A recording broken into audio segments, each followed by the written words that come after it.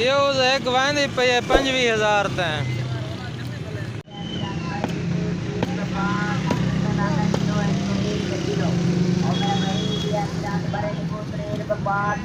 आधा किलो 120 रुपए किलो और मेरा भाई देसी अदरक 120 बर्बाद आधा किलो 500 रुपए किलो और मेरा भाई देसी अदरक 120 बर्बाद बुजुर्ग को बेचना कर बस बुजुर्ग को बेचना।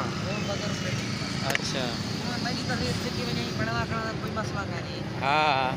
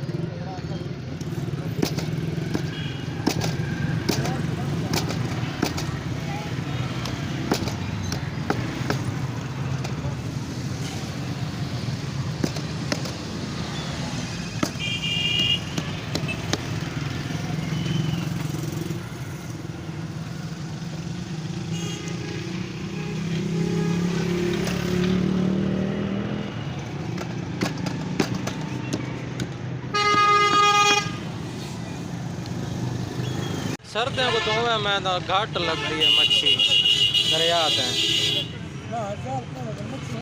नहीं पिया महंगा है।